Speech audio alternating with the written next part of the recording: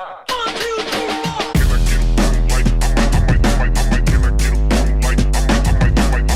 me successful. Lana Faulkner, welcome to Call Me Successful. Thank you. Thank you for having me.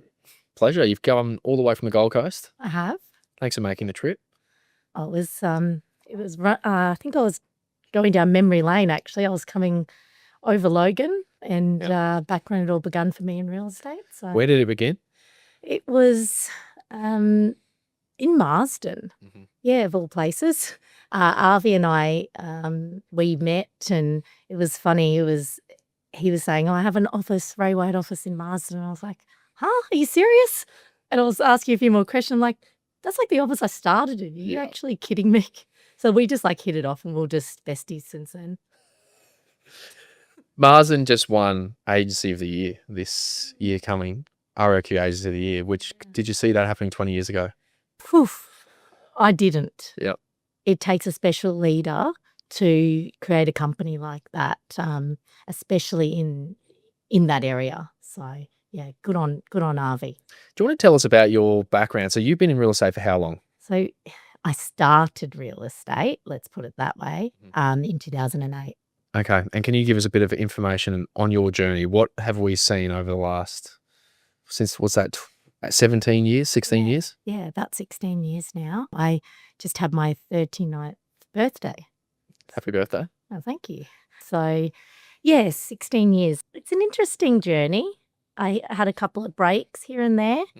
And, heading back to when I was like 21 years old and starting real estate, it was a little bit of a make or break situation. I needed to make sure I made the right decision in what career path I'd take. And I'd had 2 young children at that point at 21. They were maybe 3 and 4 at that time. So I had a lot of weight on my shoulders and needed to make a decision to turn my life around and create something of myself. And so I ended up in real estate. So that's how it all begun.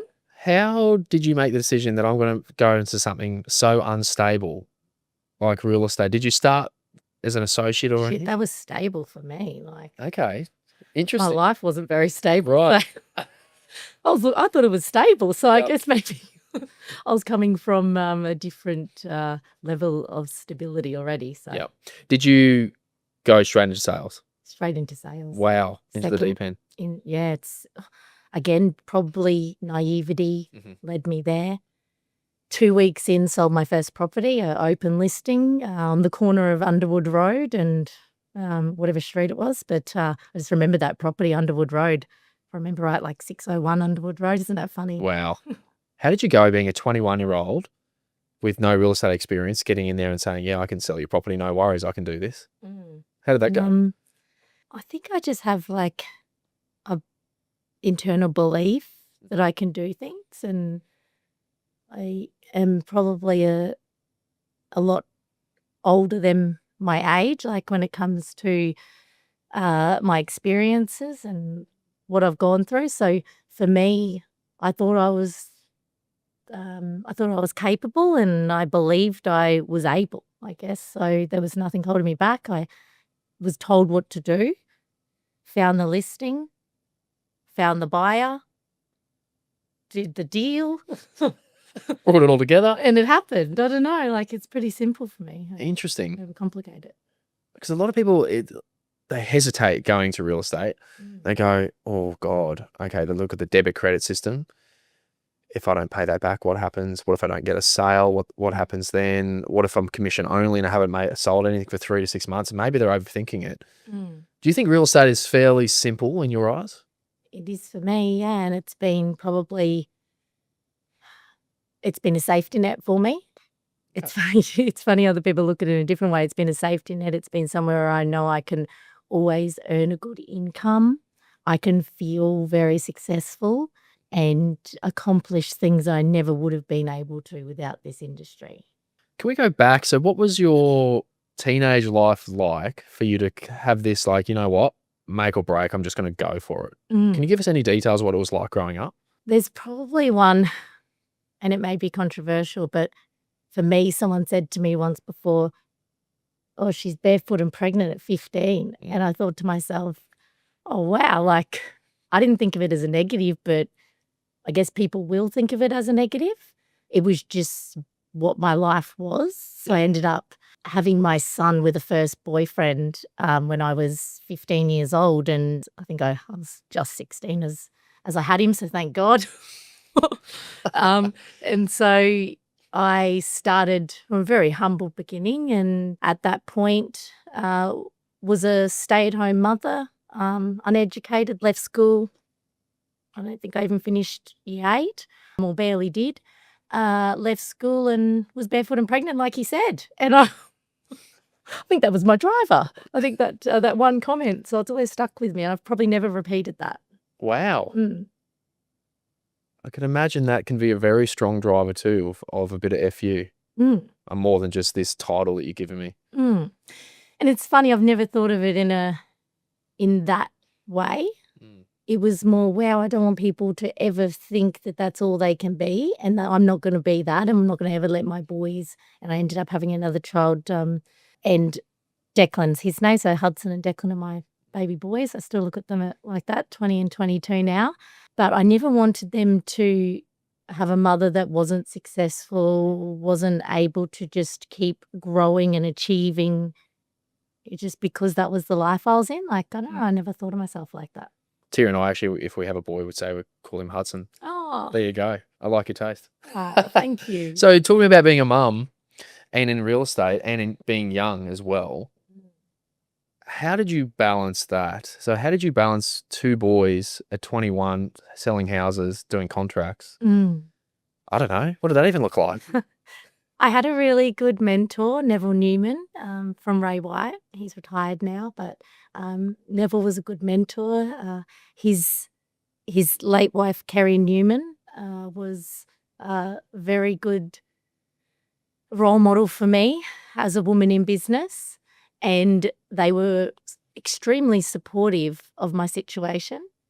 I remember there were times where I'd have my boys sitting under the desk and, they weren't very generous with the desk space. It was, meter by meter, and they'd be sitting under my desk. They had, they called them, I think, DSs or something back then. Nintendo DS. Yeah. And so my boys had these DSs and would sit so quietly, and Neville said, "Where are those kids, Lana? Where are those kids?" Because they just wouldn't make a sound, but they'd be just sitting underneath my little little pod. Wow. Yeah, working. Are they interested in real estate? No, one's a businessman, appreciates it, really wants to, I guess, achieve great things, and I just keep trying to let him, believe that he can do anything and want for anything in life. Currently doing civil work. He's out this way somewhere actually doing civil work, building the roads at the moment. But yeah, I'll yet to see what he will conclude with doing, or just, we say we do multiple careers in this day and age. And Hudson, his older brother, is a solo artist, so an acoustic singer. Yeah. Wow. I was just saying to you off air, I can sing. Won't do it right now though. Can you sing? I don't know if I believe you or not. Like, I used to play drums. oh, did you? That was my thing. That would stop me from singing. And I also learned how to whistle really well. So again, It's actually quite smooth being able to whistle, like whistle sing. Hudson does it. It's whistle sing. whistle sing. I know, you'll have to get him to show Oh, you. okay. If you Interesting. can whistle and you do have a little bit of melody behind it. I don't think I do, but maybe off air I'll do that one. Interesting. So now you've progressed into your career. You've been obviously doing 16, 17 years. What has real estate taught you? It's taught me that you have, I guess, an uncapped opportunity. So uncapped opportunity to create a lifestyle that you want. I don't know if that's teaching me something, but it's given me that. It has taught me resilience. It has also built upon my belief system in a, like, I guess when you thought about, when you think about being a woman in business, there weren't as many back when I started in 2008. I would say that there's a lot of lessons that's been learned, but I don't know, like, I'm more like a growth person. Like, if something's happened, I've just found a way to build on it and find some more success from it. Like, Yep. I don't know if it's taught me that many lessons. It's probably given me opportunities. Sure. Have you had ups and downs through your career? Have you been times where you thought, this is not for me, I can't do it anymore? Yeah, not for me. Always loved it, but I had times in my life where I had to come and go, and through that support from the Newman family at Ray White, they were amazing to me for a 5-year stint, and I sort of had to come and go from the area and for my circumstances, and I was able to just get up and start going again. So I always believe that my best trait is my ability to get going really fast. So I would leave real estate and have to move areas and come back and start up again a real estate business. So, stopping and starting 5-6 times within 5 years is huge. And Definitely. yeah, different areas, different, so my ability to be able to restart is quite good. So I don't know where we started with that question, but No, we got to the end of it. Are you a glass half full? Glass half empty? I hate that question. I don't know why, but I like to think I'm a really positive person. Yep. And that's just the way I look at life. So I always do like to say I'm glass half full, but I don't know. Would you say you're genuinely optimistic? Like, I feel like to take the plunge in different scenarios like this over multiple years and restart would tell you that your optimism tells you that, yeah, I'll be fine. No, always, yeah. I guess I am really optimistic and positive. I find I am as well, Yeah. very optimistic. And it's a rainy day. I'm like, oh, well, it might feel good in our skin. So let's go for a walk and Geez, embrace that rain nature. smells nice. Yeah, exactly. Something goes, there's traffic, and I'm like, oh, at least now I've got more time to enjoy this podcast. Or anyway, I try and be overly optimistic about a lot of things, and I think it drives my wife insane sometimes. But I don't think that that's like you don't make that up. Because true. if I've been dating recently, Okay. it's a new thing, and and you meet people and they're negative, and it's like, fuck, I couldn't spend another second with you. Just I've got to. How do you end this? Where's the bill? Where's the bill? Yeah. Anyone negative like draws my energy, and I've got a lot of energy, but geez, I just don't. I don't want to be around that as much as I will try and bring the positive out of other people. Yeah, I don't like being around negative people. I just think you probably just need to have a good look at what you've got and or maybe have a look at what other people don't have and take a little lesson from that. Yeah, sure. Do you think your upbringing then has helped you with like the likes of being just grateful? Yeah. When you say my upbringing, I don't know. I've always thought my life was just my life. Yeah. And I guess this was because I was so young and naive as my life started. I just was on the go. Like it was just in momentum. So I never had a chance to stop and say, hey, shit, like I probably had a little bit hard, but different, hard, or whatever way you want to look at it. But yeah. Yeah, no, that makes sense. I guess we're all ignorant up until I always look at like everyone, I suppose, is every decision that they've ever made and everything that's ever happened to them up until this point right now is exactly who I am and why I exactly am what I am, if that makes sense. Yeah, I wouldn't take any of it away. I wouldn't take, I sometimes look and I think, look at families and think, oh, it would be nice to have, a perfect mum and dad or a large family or the comforts of a family Christmas. But I've found my family. Like I've got family through friends and my boys and their friendship groups. So our Christmases look different. Our family dynamic looks different, but that is my family. There's no perfect story. Really, I think everyone's got if we look at the really inner core of every family and every person, that there's always something. I've had family troubles in the last few years, which I've never really publicly spoken about. Fairly strong, nice upbringing where it all kind of then fell apart through my family only 2 years ago. And as a 26-year-old, then you go, wow, I thought everything was all daisy. And where did that come from? Yeah, exactly right. So a lot of things changed all at once. So how did you deal with that, Dan? Oh, good question. How did I deal with that? It was tough. A lot of really, really hard conversations. And I think me being my optimistic, bubbly self, typically in confrontational situations before this happened, we would just let things slide under the rug. But for us, it was our family opportunity to sit at a table and go, these are the really fundamental problems as to why these are happening. A couple of breakups and divorces and that sort of thing, and family splitting apart. So we had to have these conversations with each other, which then I think brought us all a little bit closer together in some way. And brought it to the surface. Exactly. Yeah, okay. Have you found that family dynamics, so like your boys and being obviously having to be a strong mum and show them this is how you can be successful and be a leader and do your own thing and go hard and go for what you want in life? Has that been a really strong point of your teaching as being a mum? Yes. I think I always tried to hide it. Like, I mean, I tried to hide the fact that there was a stigma around them having a young single mother. So I believe I protected them from that.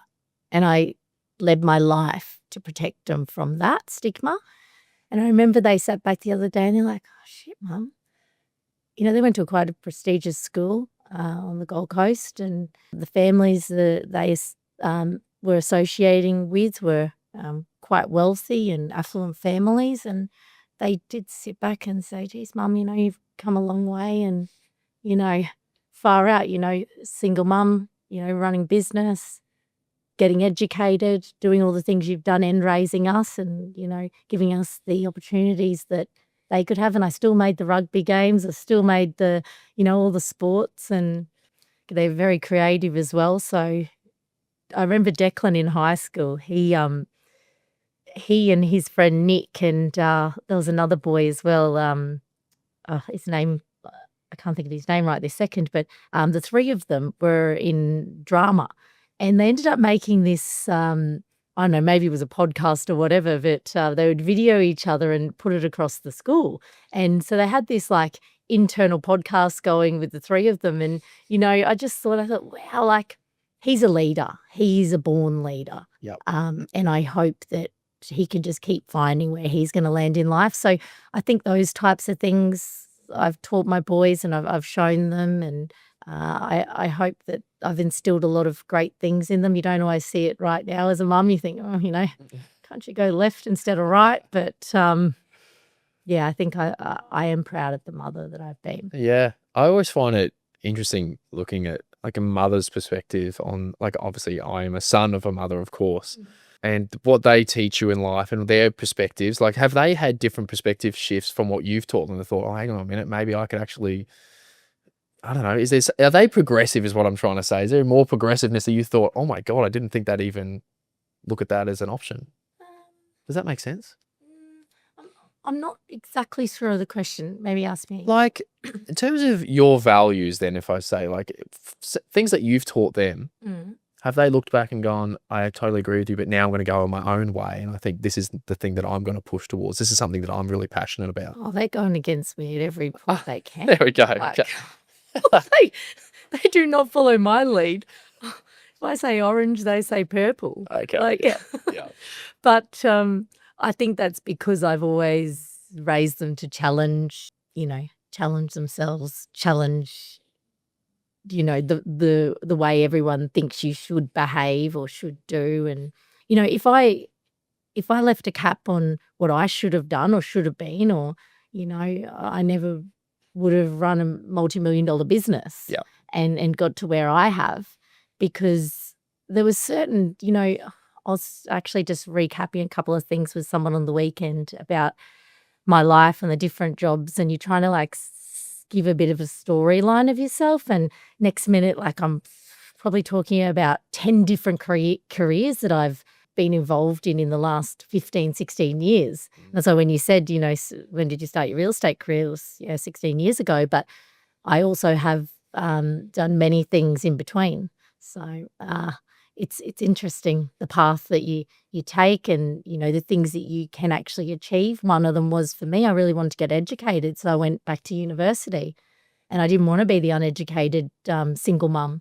So I went back to university and, you know, studied to be a teacher, and that's taught me so many amazing things. I don't think I'll ever be a teacher, but it's taught me so much. I remember in our messages before we came on today, you were saying that teaching has been a close thing to your heart. Why is that? What has teaching taught you?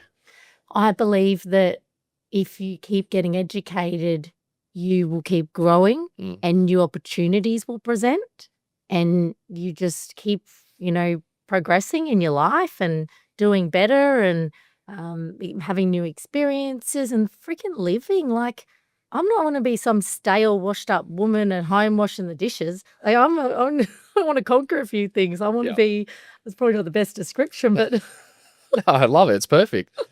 I think that I definitely just want to keep progressing and build a legacy that my boys will be proud of. And I always think, how will people think of me when I'm gone? And, if I'm gone tomorrow, how will they think of me? For some reason, I always think, if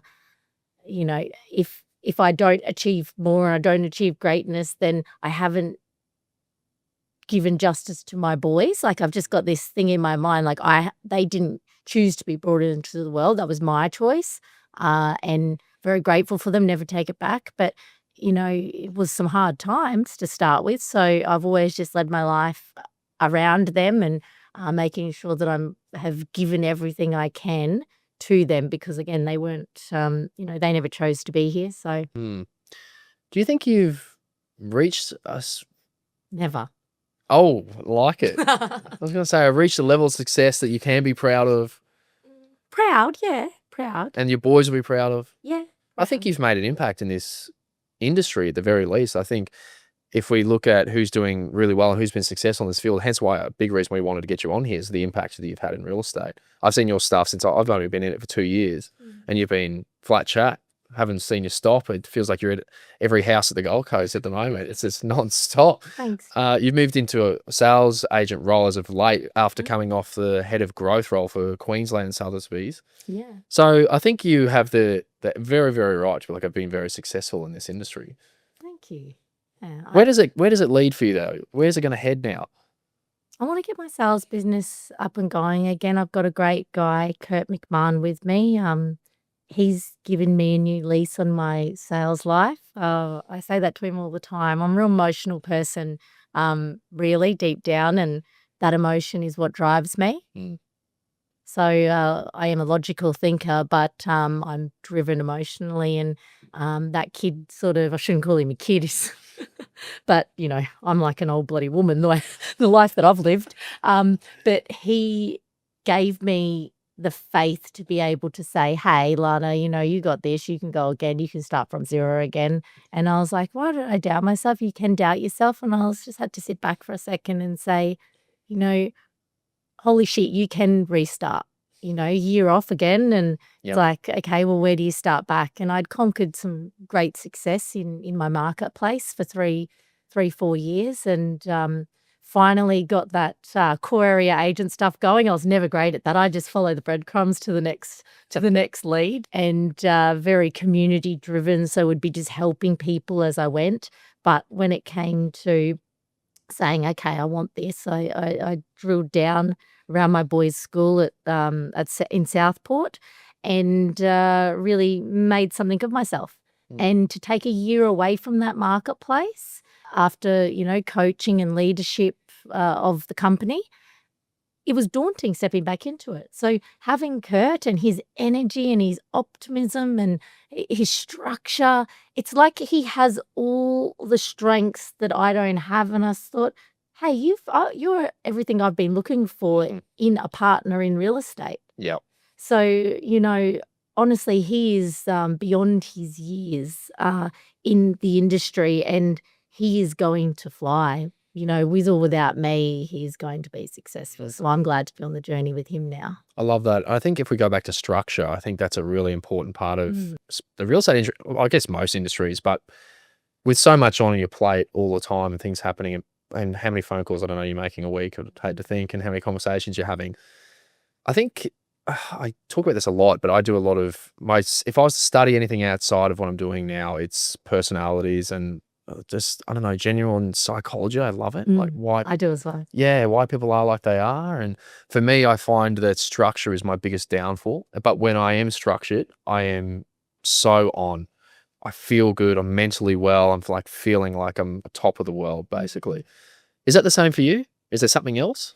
Yeah, because that structure builds confidence. So, and the confidence and the discipline, once that's there, you feel like you freaking can conquer the world. Like, and as soon as you've got that going, you just, are a little bit invincible. So, confidence is probably the biggest one that I always draw to. And if I'm not feeling good, then one thing I learned in my teaching is I heard one of the lecturers say, it's like a race car track, figure 8 race car track, and it's driving round and round and round. And eventually it's like putting a little bit more of an indent into the track.